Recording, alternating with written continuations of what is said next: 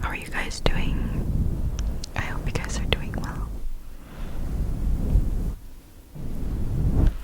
For today's video, we will be reading a book. And let me just grab it.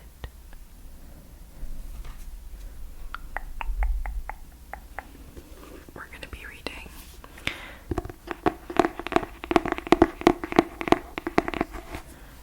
Which City by Salem Styles.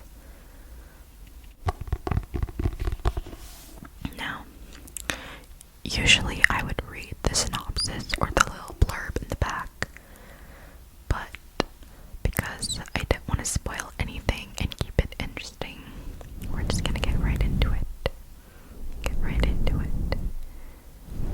So today's video will consist of me reading around maybe 3 chapters of the book, and then I'm also gonna be touching the fluffy mic cover while I'm reading, and I'm gonna be switching from whispering to maybe inaudible whispering or pure unintelligible. So I hope you guys enjoy. Sit back, relax. Grab a blanket and some tea, or even close your eyes, and let's get into reading.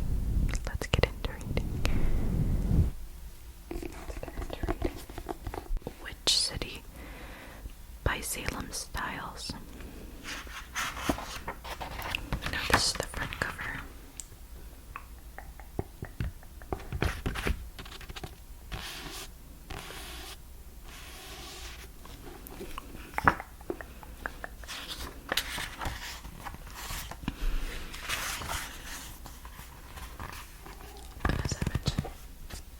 As I mentioned before, it is signed. So, I love this book already.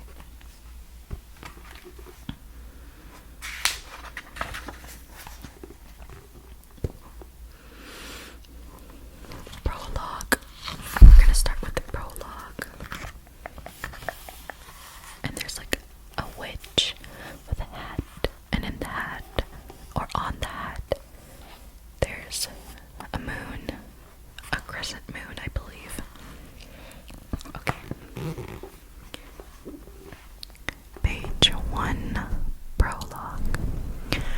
The witch walked slowly and purposefully, her umbrella making a sharp click on the ground with each step. Cold air and dead leaves blew in from the large hole in the wall-length window, it now the shape of a broken spider's web. The witch did not mind the chill. It reminded her that she was alive. She approached the window, placing a bony green hand on the jagged glass.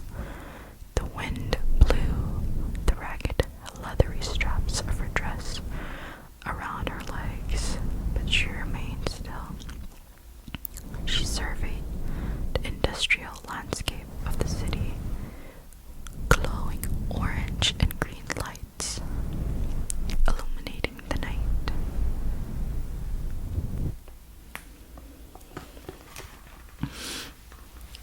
Her frown tightened.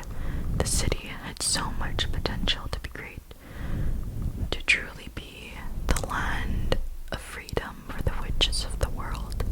Instead, it was slowly dying, rotting, with a corruption from one coven or another. No matter what, the witch didn't mind that the city was dying. It was, after all, time to burn it to the ground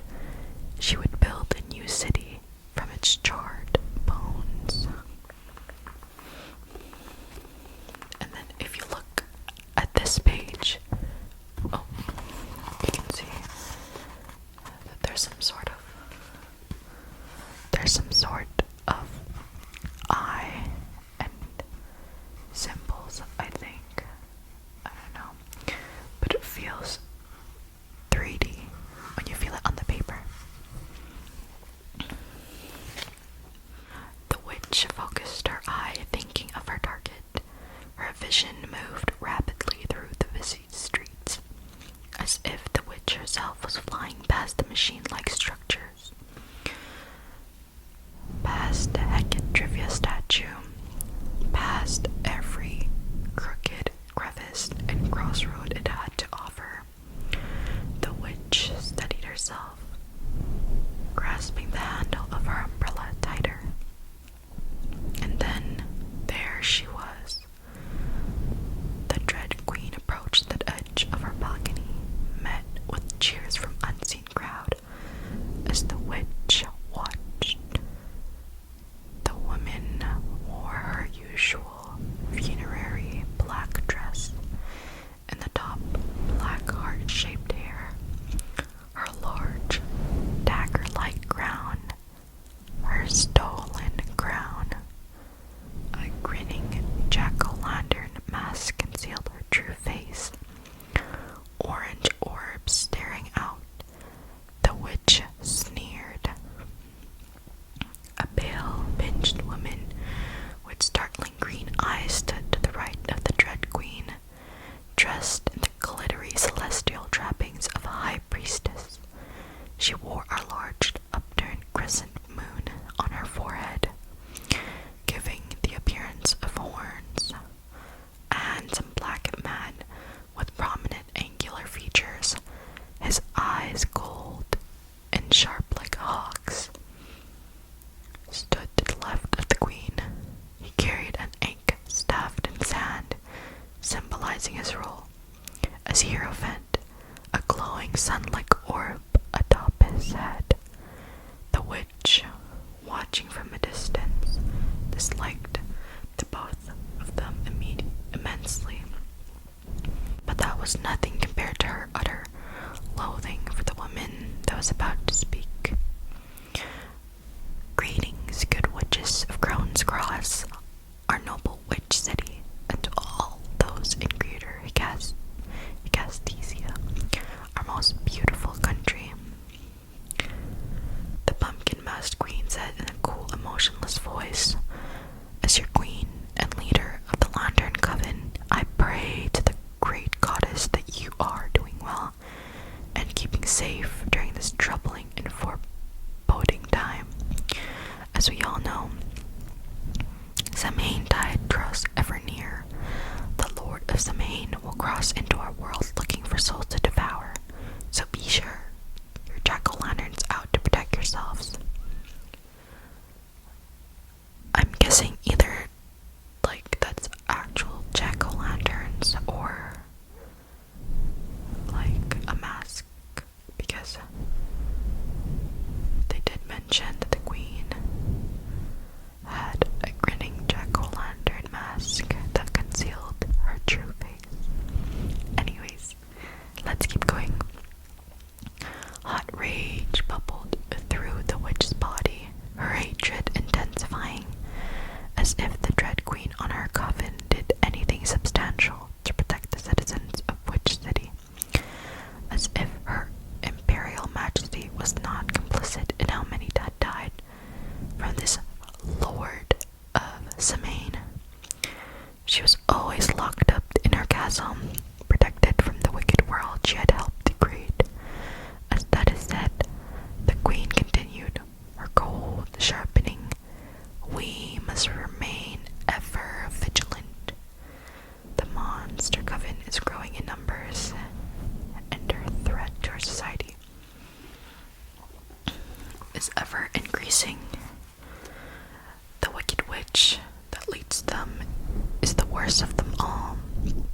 Her attacks have been becoming more frequent and more violent. No one is safe from being a target. She started fires all over the city. Many innocent witches have been grievously injured. Some have even died. The monster coven must be stopped at all cost before we are all burned alive. Burned alive. Burned alive.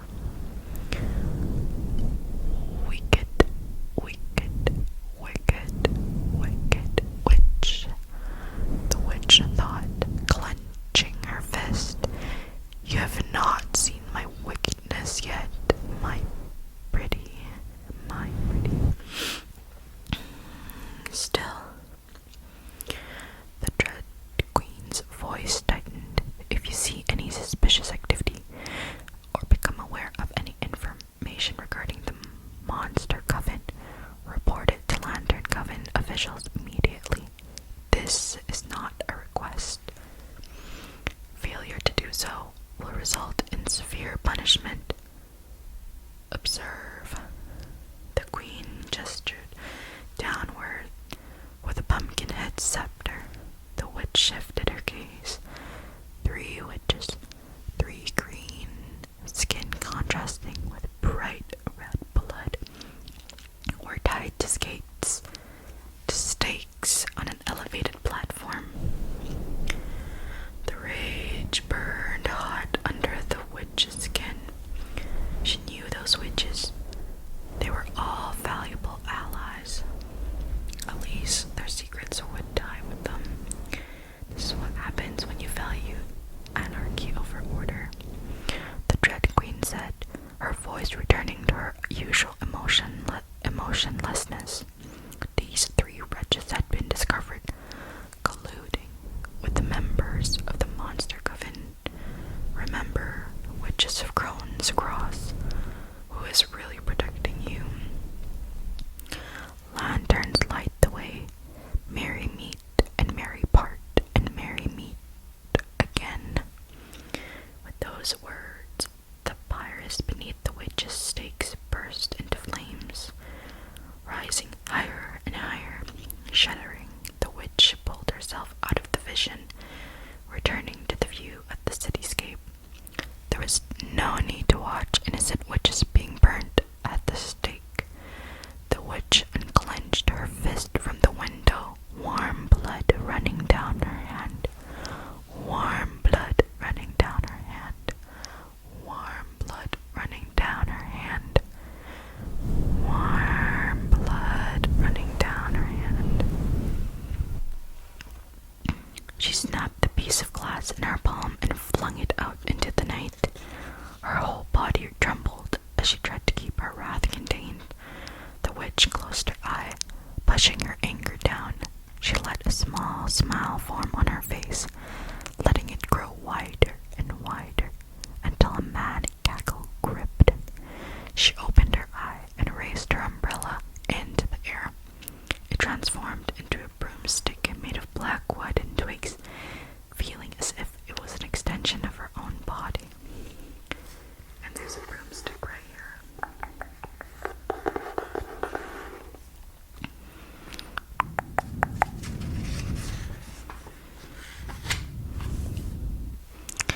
Is the light too bright, guys? Let me just dim it for a second. I got a little blinded as well, don't worry. I think that's better. Okay. The Dread Queen was very powerful and capable of many things, but she lacked foresight. The witch continued to cackle, louder and wilder. Yes, the time of the Queen's great reckoning was near. A storm was brewing, and it was on its way to Crone's Cross. When it arrived, it would tear apart the Dread Queen and her Lantern Coven like a terrible twister. The witch placed a broomstick between her legs and flew into the city. It was time to snuff out the lanterns. Flame. So that was the prologue. Very interesting. Very intriguing.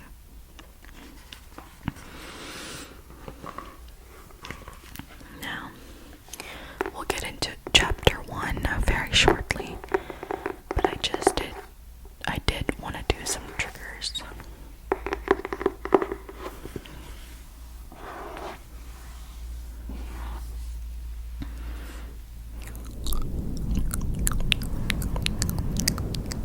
Okay, let's get into chapter 1. Chapter 1, Boston, October 10, 2022.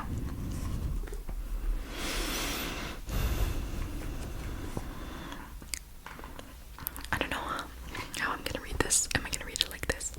I think so. Alicia wrote in her notebook as fast as she could. She tried to ignore the other students as they talked loudly around her. She focused on writing her newest story, an epic tale about a witch named Aradia, who saved her people from oppressive witch hunters. I love that name, very unique.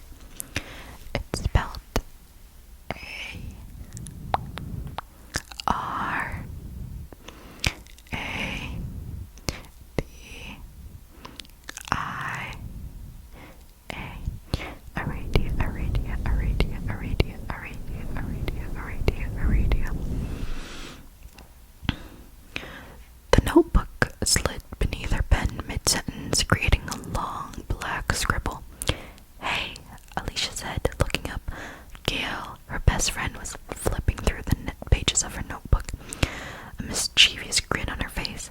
"Give that back," Alicia said, holding out her hand expectantly. Gail pouted. "You never let me read your stories," Gail said. "You can read it when it's done," Alicia said, becoming firmer. "Give it back." "You always say that," Alicia continued to glare, her hand still outstretched. "Fine, but you better tell me when you're done this time," Gail said, handing the notebook back. The teacher, Mr. Miller, entered the classroom, passed with the voice.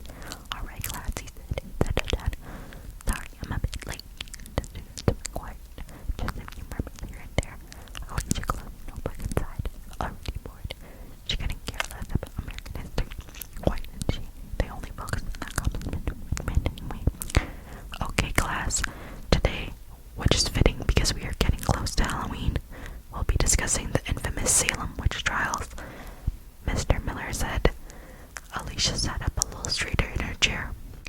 Recently, she had been trying to do some research on witchcraft to flesh out her story more, to make it more real. This could actually be interesting to her after all.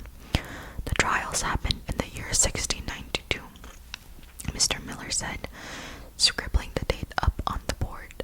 The village of Salem had just gone through a very harsh winter, and some of the village girls started acting very strange. They would have violent fits and would scream and go into trances. The doctors at the time, having found no physical reason as to why that was the case, believed they were afflicted with witchcraft. Before she had even realized it, Alicia's notebook was open and she was making notes. She was making notes. She was making notes. She was scribbling down. She was scribbling down. Something about the story was drawing her in, her attention fixated on every word. Oh, I love that word. Fixated, fixated, fixated, fixated, fixated, fixated. Now they asked the girls who had done this to them, and one of the girls, little Abigail Williams, accused the enslaved woman of the house, Tituba, Tituba, Tituba, Tituba, Tituba, Tituba, Tituba, Tituba, Tituba, Tituba, Tituba, Tituba. Why did that name make her pause? Tituba was a woman from Barbados and told stories to the girls around the fire to pass the time during the long winter nights. Mr. Miller said, writing down each name of the board. Abigail, along with her cousin Betty and her friend Anne, accused the woman of using voodoo, and this would be the start of many accusations that came afterward. This would be the start of the Salem witch trials. "Excuse me," Alicia said, raising a hand. Mr. Miller sighed and turned around. "Yes, Alicia."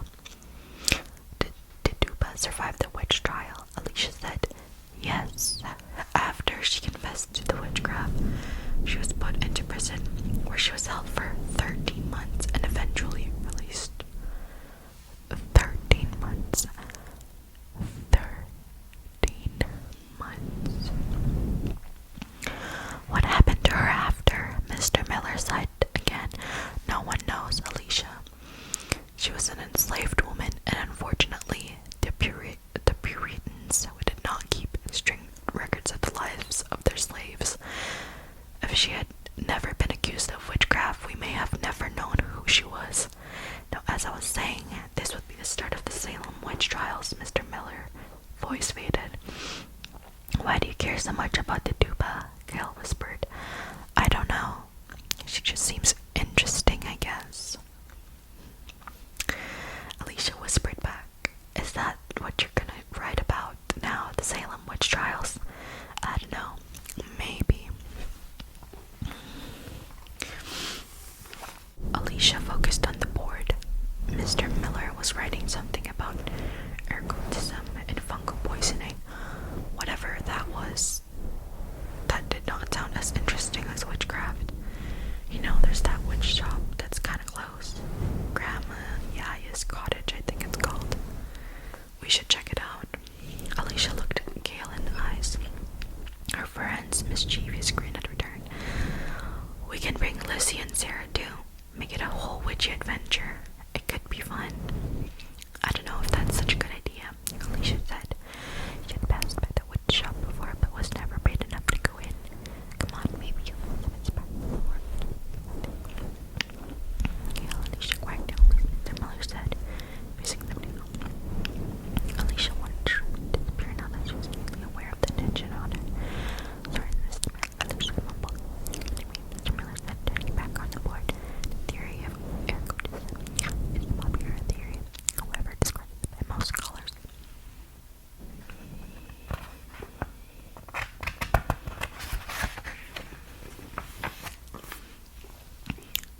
Think about it, Gail whispered. Alicia tapped her pen on the page. For the rest of the class, she could not stop thinking about it. Her heart leaped at the excitement of the idea of it, but unease tempered her feelings. Witchcraft was an interesting topic to her, but to actually go to a real witch shop was something else. She always had the impression that witchcraft was dangerous, forbidden, and definitely not to be participated in, which made her want to go even more. Yeah, you go, girl. So that's the end of chapter 1. Chapter 1.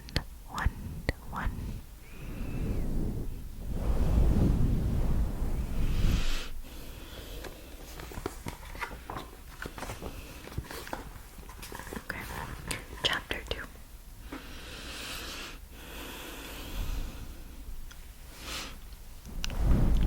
Alicia carefully closed the door of the apartment, her mind still buzzing with thoughts of going to the witch shop. It was not like she was actually going to try to cast any spells or anything, so there should be no harm in it, but something in her remained unconvinced. How a school alley cat. Oh, that's a cute nickname. Alicia turned around, hoping her guilty thoughts did not show on her face. Her mother, Dana, was in her office, at her desk as usual, typing away. She was a freelance editor, often working with independently published writers. She did not look up from her work, her tired eyes darting across the screen behind reading glasses. Dana must have been at it for hours. Her dark brown hair was pulled in a tight knot, accentuating her angular features. That meant business. So that's where she gets her writing traits from. Her mom. Oh, chapter 3 already. I didn't realize in chapter 2. Oh, sorry guys. We skipped like 2 pages. Okay. It was fine. Nothing exciting, Alicia said, looking down. Although, we did learn something kind of interesting in history class. What was it about? Dana said, not looking up from her computer. Well, it was about the sailing witch trail. She said, looking up to the Japanese reacted and did Dana stopped typing and looked up. What did you say? It was nothing. Did not tell about the trail. Alicia said, hold the girl's shoulder back directly. Do you know anything about them? We have talked about this already, Alicia. We did not talk about witches in the South, Dana said. Her voice agitated as she returned to her typing. But Mama, it's just history. It's not a big deal, Alicia said, growing quieter. Not a big deal, Dana said, taking off her glasses. Alicia, witchcraft is the devil's work. Because the Duba taught those girls black magic, they became possessed and 20 people died because of it. It's not some fairy tale. Witchcraft kills people. So you do know something about it? Uh-oh, Alicia said, her eyes wide and curious. Don't sass me, young lady. We're not going to talk about it anymore. It just invites evil. I'm going to have a word with your teacher about discussing inappropriate subject matter with students. But Mama, Alicia, no more, Dana said, returning to her typing. And take off that hat. You're inside. Yes, Mama, Alicia said, pulling off her large rimmed black hat. She opened the door of her bedroom and slunk inside, shutting the door behind her. Alicia breathed out through her lips, attempting to releasing the tension. She loved their mother, but the woman wasn't always easy to talk to. Her phone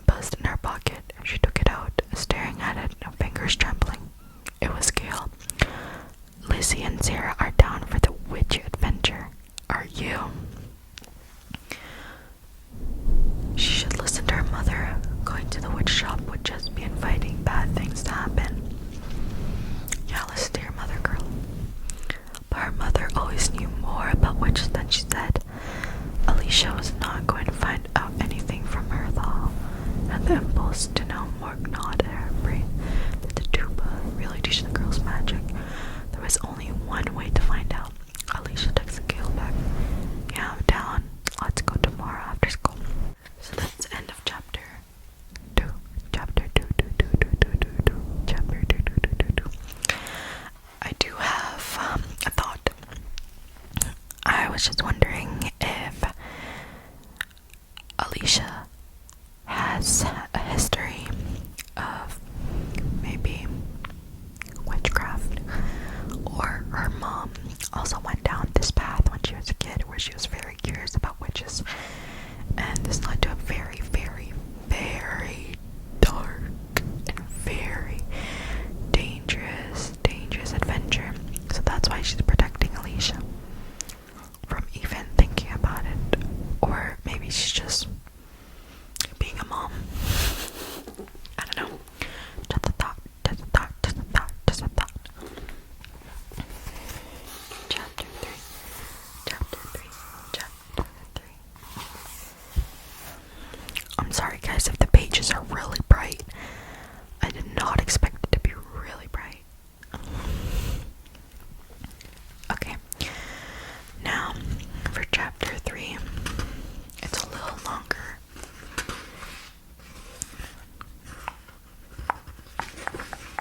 Just 5 pages. I hope you're liking it so far. Chapter 3, October 11th. Alicia opened the door to Grandma Yaya's cottage, ringing the bell. She was greeted by a sweet, woodsy aroma that, although pleasant, did not help her relax her nerves. If her mother knew what she was up to, she would have burned her at the stake. She stood almost frozen in the doorway as she took in the shop, clinging tight to the straps of her shoulder bag. The interior was small, the light slightly dimmed. Various curiosities crowded the shelves haphazardly. Dolls, candles, hanging herbs, and books filled every corner of the shop. This was it, the real deal. A real witch shop. Oh my god, it's so spooky in there, Gail said slowly with a grin. Yeah, let's look at all the witchcraft, Lizzie said. Also guys, I'm so sorry if you hear like rain outside. We're supposed to get a storm this weekend. A rainstorm. Now, where I live, let's just say rain is, what do I call that word? Normal. So, I mean, I love it more than snow, so I can't complain. I mean, I love snow, but where I used to live, let me just say, the winter was wintering. Oh my god, that was an ugly smile. Anyways, Gail, Lizzie, and Sarah pushed Alicia in, much to her annoyance, and crammed themselves in after her.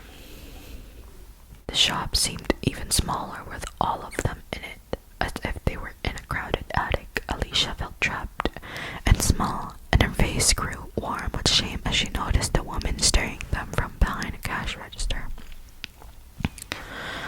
The wrinkles lining her earth-brown skin were scrunched in judgment, but she said nothing. Maybe we should go, Alicia said half-heartedly. Look at this, Lindsay said when he came back into the shop of food dolls. Alicia took a closer step. The dollars were sewn in different colored cloths with labels such as local love, wealth, and she reached for it, and just as quickly pulled back. This was kind of evil. Her mother warned her about it, and who did she need revenge on anyway? You should use these on well, Sarah, said, not noticing Alicia's reaction. Air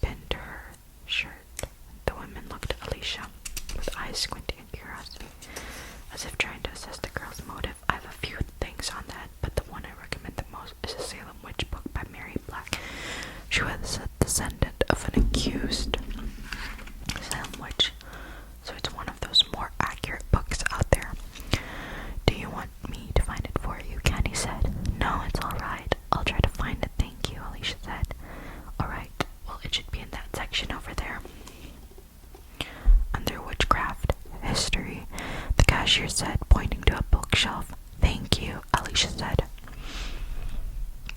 and walked over to the bookshelf. Before she had the chance to scan the titles, Gail grabbed her arm.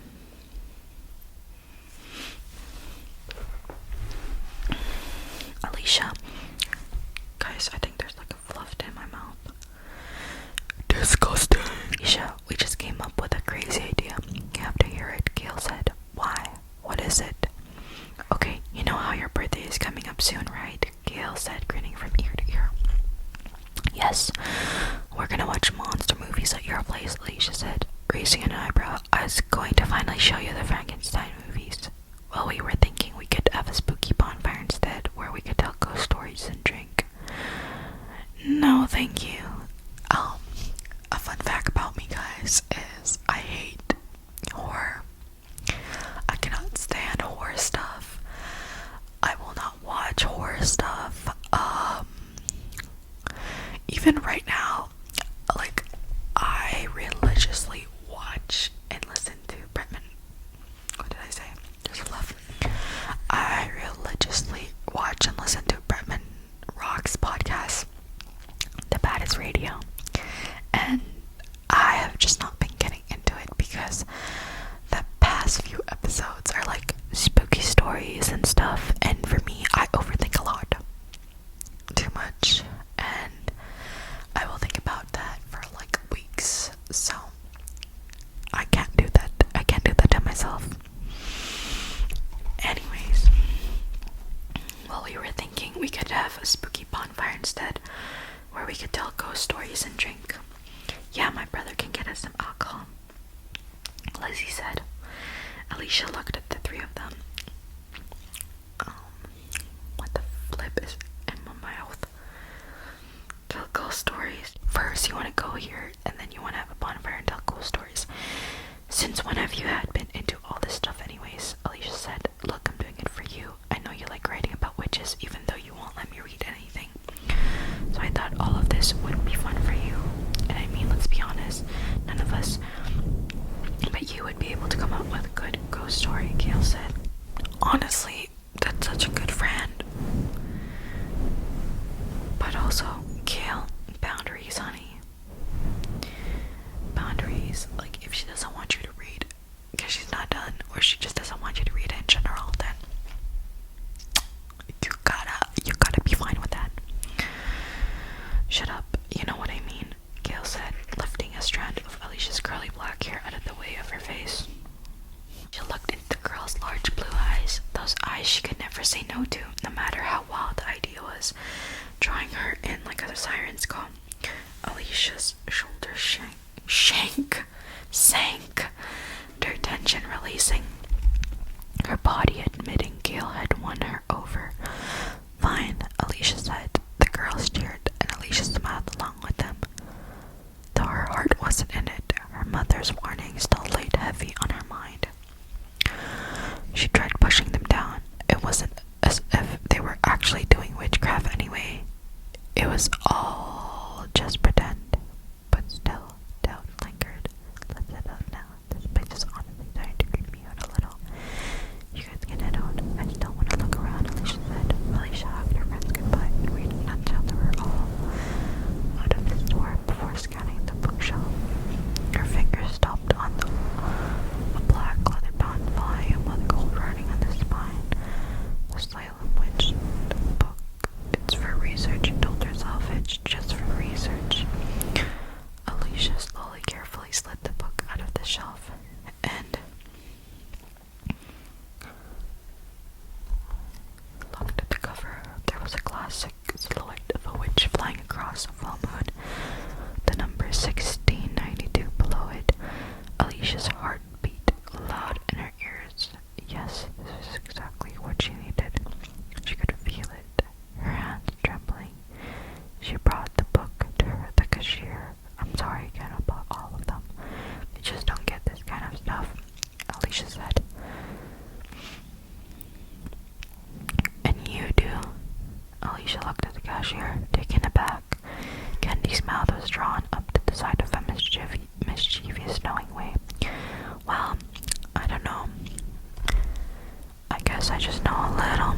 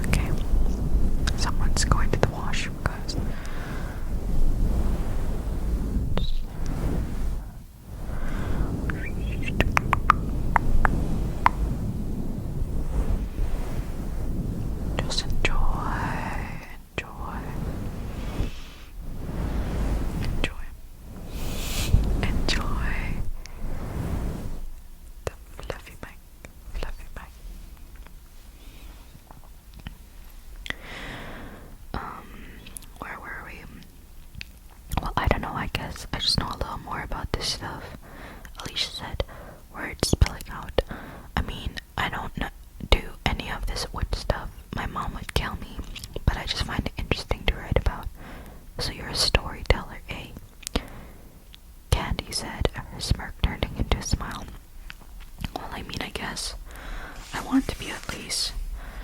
The cashier nodded. Some might say storytelling is witchcraft in a way, creating something from nothing.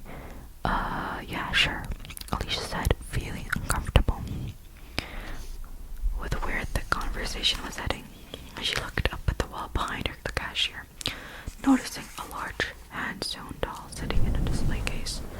It was grayish in color, dressed in a pilgrim-like dress, and had what looked like several burn spots on it. It looked sad. What's that? Alicia said. Candy followed Alicia's gaze. That's Goody Poppet. My aunt gave it to me when I was a young girl. Said it belonged to one of the original Salem witches that she used in a curse to the village girls. The cashier said.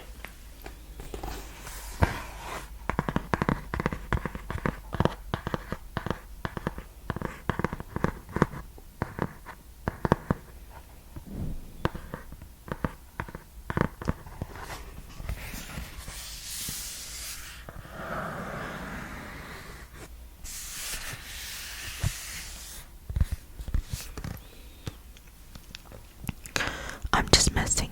I don't know where it came from. Well, where did we go, guys? The cashier said, her voice going low. Alicia stared wide-eyed at the cashier. The woman let out a hearty laugh. I'm just messing. I don't know where it came from. I've had it for a long time, though. Do you want it? Don't get it. Oh no, I couldn't take it, Alicia said. It looks rare and expensive. I wouldn't charge you for it. I only said just because you mentioned to do but in the Salem witch trials. It might be useful to you. More useful to you than me, at any rate. She's just been sitting here gathering dust, Candy said. The cashier picked up the doll and presented it to Alicia. The girl examined the doll with her eyes, looking at every stitch, at every thread out of place. Something about it pulled Alicia in, as if she was meant to have it, as if it already belonged to her. Are you sure? Alicia said, not looking up from the doll. Absolutely. I think it's time she had a new home. Alicia gently took the doll from Candy's hand. It was rough under her fingers, but she stroked it as if it was a pet. Feelings of joy spread through her fingertips and into her body. The doll was hers. It belonged to her. Thank you, Alicia said. You're welcome. Anyway, the book will be $25. All right, Alicia paid for the book and gently placed the doll and book in her bag. Realizing she had been in the store for some time, she quickly turned and headed to the door. Hope you come back soon. Alicia stopped, turning to smile at Candy. I think I will. And that is the end of chapter 3. Chapter 3 of Witch City.